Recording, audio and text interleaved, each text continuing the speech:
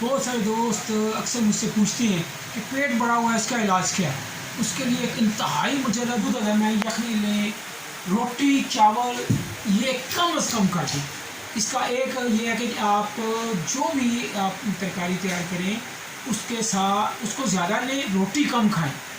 रोटी का भी वो हिस्सा खाएं जो फूला हुआ है, ऊपर वाला, नीचे वाला आपने बिल्कुल नहीं खाना। एक हफ्ते में आपका वज़न 4 से 5 किलो कम होगा इंशाल्लाह, डेफिनेटली होगा। चावल नहीं खाने, रोटी का सिर्फ ऊपर वाला फूला हुआ हिस्सा जो है वो खाना है।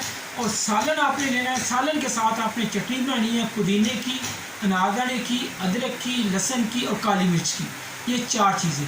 सालन के ऊपर आपने चटनी डालनी है, उसको चमचे के साथ खाना है विदाउट आपने हंगर। बिल्कुल जब आपको भूख नहीं है तो कतई नहीं खाना, खाने के बाद पानी नहीं पीना और एक्सरसाइज करनी है, खाना खा के फ़ौरन सोना नहीं है। एक हफ्ते में बेशुमार पेशेंट हैं जिन्होंने 4-4 किलो वज़न इस नुस्खे से आजमाया है। बगैर भूखे आपने नहीं खाना, जो खा रहे हैं वो आधा कर देना है, इंशाल्लाह आपका वज़न डेफिनेटली कम होगा। वस्सलाम, उम्मीद है इंशाल्लाह आप इसको